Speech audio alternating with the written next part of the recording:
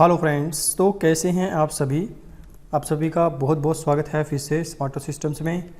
और जैसा कि आपने पिछली वीडियो में कुछ क्वेश्चंस के बारे में देखा, कैसे हमने डायरेक्शन रेशो निकाले हैं, कैसे फुट ऑफ द परपेंडिकुलर निकाले हैं, तो उसी सेशन को हम आगे कर लेते हैं दोस्तों।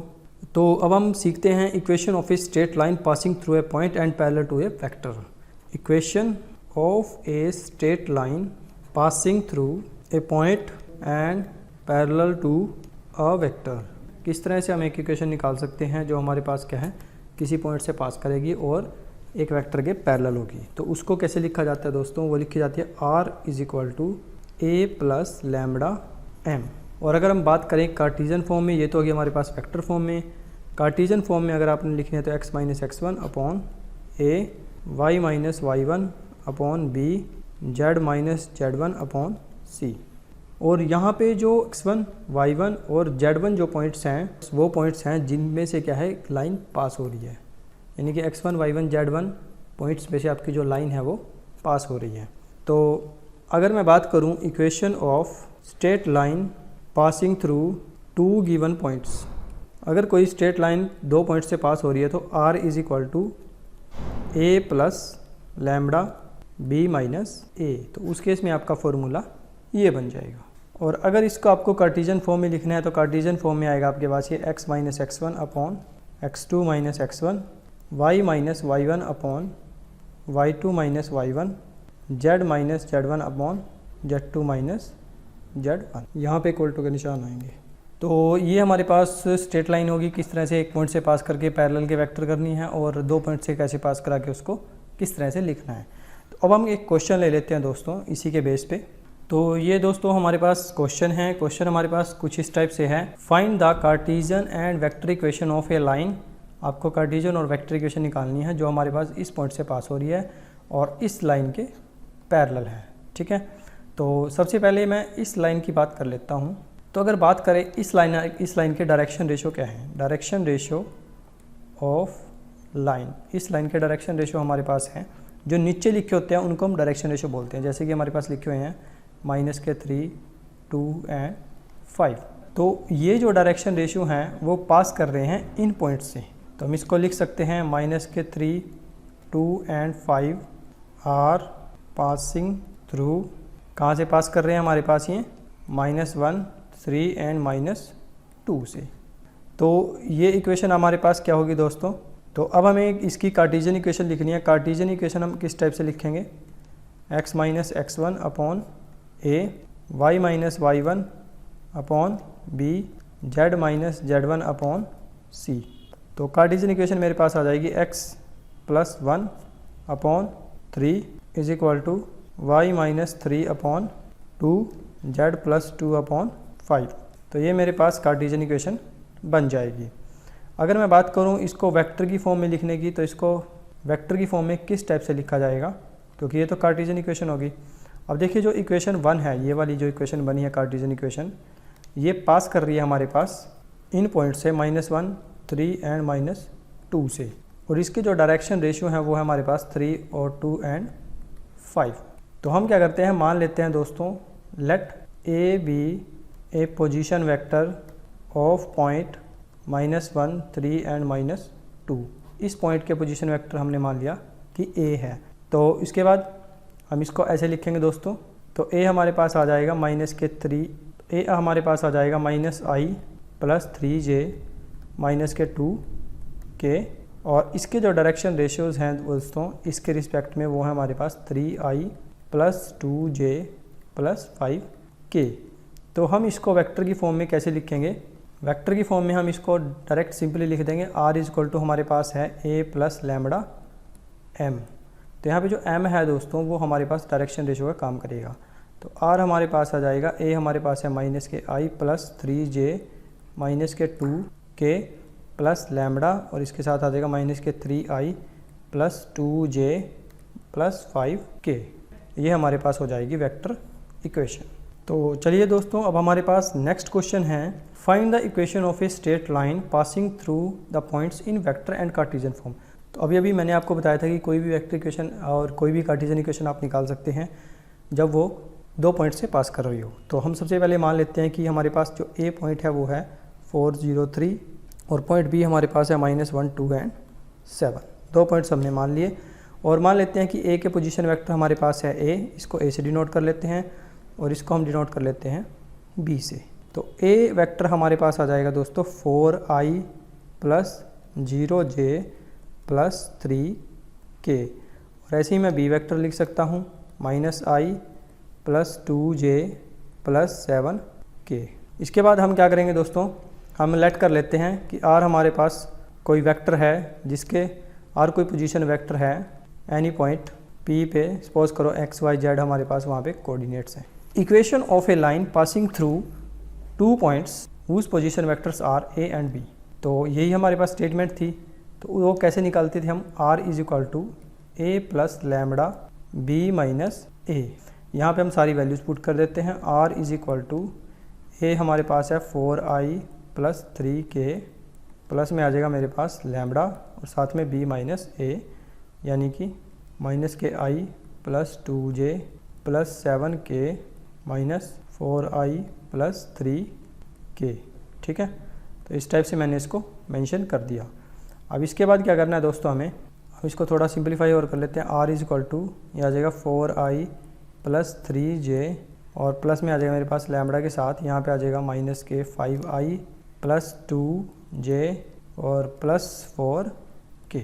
और ये तो होगी हमारे पास एक वेक्टर की फॉर्म में। अगर मैं बात करूँ कार्टेशियन की फॉर्म में, तो कार्टेशियन की फॉर्म में मेरे पास आ जाएगी, सबसे पहले मैं r को यहाँ पे पुट कर देता हूँ। मेरे पास r आ जाएगा xi + yj + zk = यहाँ पे इसको मैं सिंपलीफाई कर लेता हूँ। यहाँ से i कॉमन ले लेते हैं, j वाले अलग और k वाले अलग। तो यहाँ पे आ जाएगा 4 - 5 लैम्बडा i के साथ + 2 लैम्बडा j + 3 + 4 लैम्बडा और साथ में आ जाएगा हमारे पास k। और अब हम कंपेयरिंग करते हैं कोफिशिएंट्स को। तो मेरे पास x की वैल्यू आ जाएगी 4 - 5 लैम्बडा और इसी तरह मेरे पास y की वैल्यू आ जाएगी दोस्तों 2 लैम्बडा और z की वैल्यू आ जाएगी 3 + 4 लैम्बडा। अब इसके बाद हमने क्या करना है, यहाँ से लैम्बडा की वैल्यू निकालनी है सभी में से। तो यहाँ लैम्बडा की वैल्यू मेरे पास आ जाएगी x - 4 / -5 और यहाँ से मेरे पास लैम्बडा की वैल्यू आ जाएगी y/2 और यहाँ से लैम्बडा की वैल्यू आ जाएगी z - 3/4। तो इस तरह हमने इसको निकाल लिया। अब इन्हीं को सभी वैल्यूज़ हमारे पास लैम्बडा की इक्वल हैं, तो ये आपस में भी इक्वल होंगी। तो हम इसको ऐसे लिख सकते हैं x - 4/-5 = y - 0/2 = z - 3/4। तो ये हमारी क्या हो जाएगी दोस्तों, कार्टेशियन इक्वेशन। अब नेक्स्ट हमारे पास है दोस्तों एंगल बिटवीन 2 लाइन्स। अगर आपको 2 लाइन्स के बीच का एंगल निकालना हो, एंगल बिटवीन 2 लाइन्स। सपोज करो आपके पास एक लाइन है r = a1 + लैम्बडा b1 और एक लाइन आपके पास है r2 की फॉर्म में, ये r1 है मेरे पास, ये r2 की फॉर्म में है a2 + μb2। और सपोज कर लेते हैं थीटा इनके बीच का कोई एंगल है। तो कोस थीटा कैसे लिखा जाता है, कोस थीटा = आ जाएगा हमारे पास b1.b2, इन दोनों की डॉट प्रोडक्ट अपॉन में इन दोनों का ही मैग्नीट्यूड। तो यहाँ से हम कोस थीटा निकाल सकते हैं। पर ध्यान रखेंगे अगर आपके पास लाइन पैरेलल आ जाती है दोस्तों, तो आपका जो b1 है वो इक्वल हो जाता है लैम्बडा ऑफ b2 के। अगर लाइंस परपेंडिकुलर आ जाती हैं तो उस केस में आपका b1 और जो b2 है दोनों की डॉट प्रोडक्ट वो क्या आ जाती है, 0। तो इसी बीच हम एक क्वेश्चन ले लेते हैं इसके बेस पे।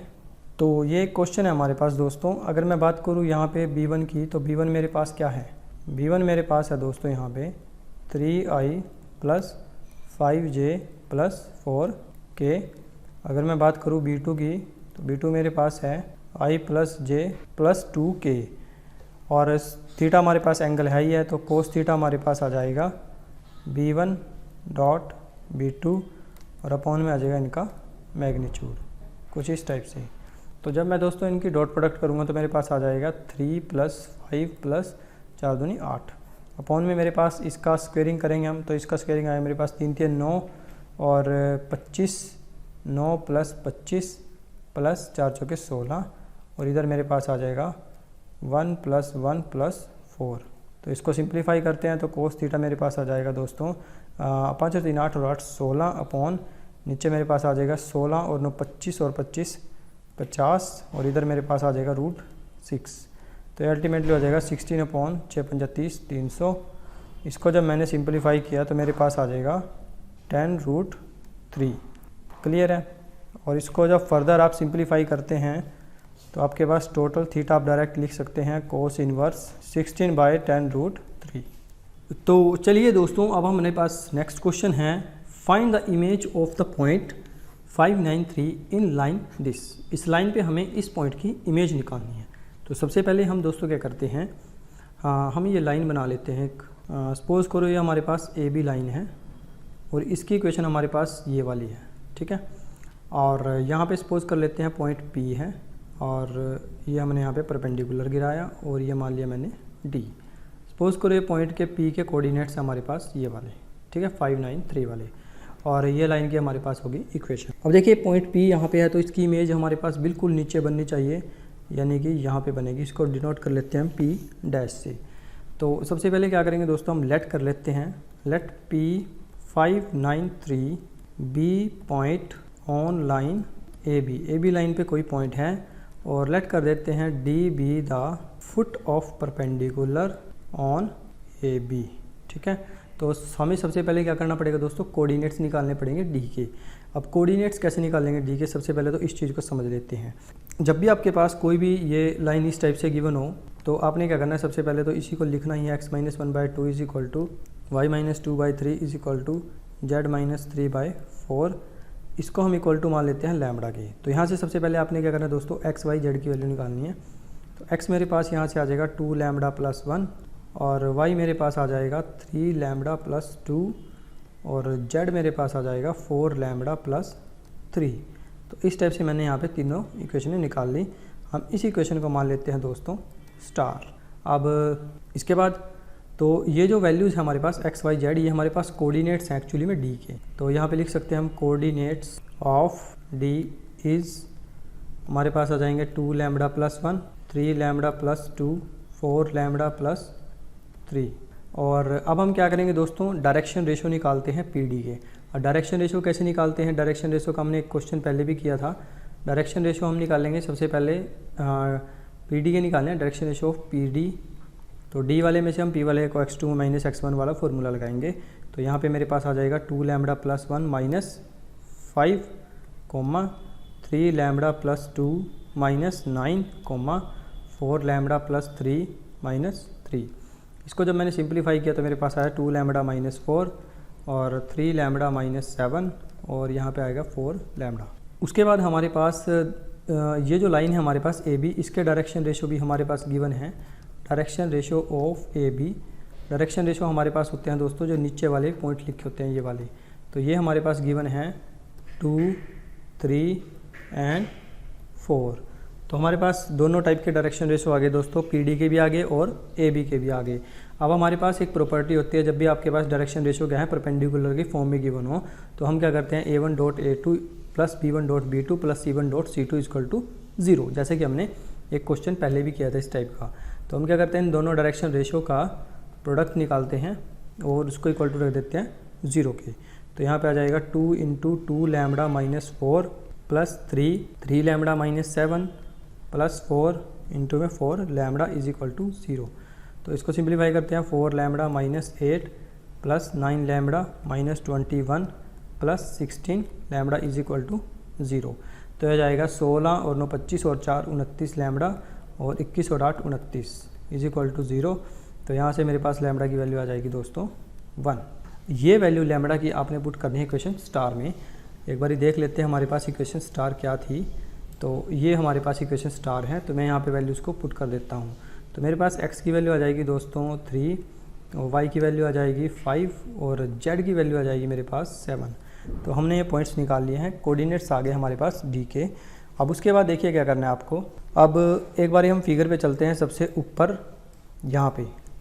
अब देखिए इस पॉइंट के कोऑर्डिनेट्स आपको पता हैं, ये आपके पास आए हैं 3, 5 एंड 7 और आपने निकालने हैं इसके। आपको ये पॉइंट भी पता है, तो सबसे पहले मैं इसको नीचे थोड़ा सा मेंशन करा देता हूँ आपको किस तरीके से इसको निकाल लेंगे। आपको पॉइंट P यहाँ पे है और पॉइंट D यहाँ पे है और P डैश यहाँ पे है। तो ये जो पॉइंट है देखिए यहाँ पे ये जो इमेज बन रही है P डैश की, तो ये जो पॉइंट है आपका डी, ये मिडल पॉइंट है, मिड पॉइंट है किस का, पी का और पी डैश का मिड पॉइंट है। तो हम क्या करेंगे, मिड पॉइंट फार्मूला लगाएंगे। सबसे पहले मैं ए के कोऑर्डिनेट्स लिख लेता हूँ। ए के कोऑर्डिनेट्स मेरे पास हैं दोस्तों 5, 9, 3 और डी के कोऑर्डिनेट्स मेरे पास आए हैं 3, 5, 7। तो हम लेट कर लेते हैं कि पी डैश के जो कोऑर्डिनेट्स हैं हमारे पास, वो मेरे पास हैं x1, y1 एंड z1। तो मिड पॉइंट का फार्मूला लगाता हूँ। मिड पॉइंट का फार्मूला क्या है हमारे पास, अब इन दोनों का पॉजिटिव करके इक्वल टू इसके आना चाहिए।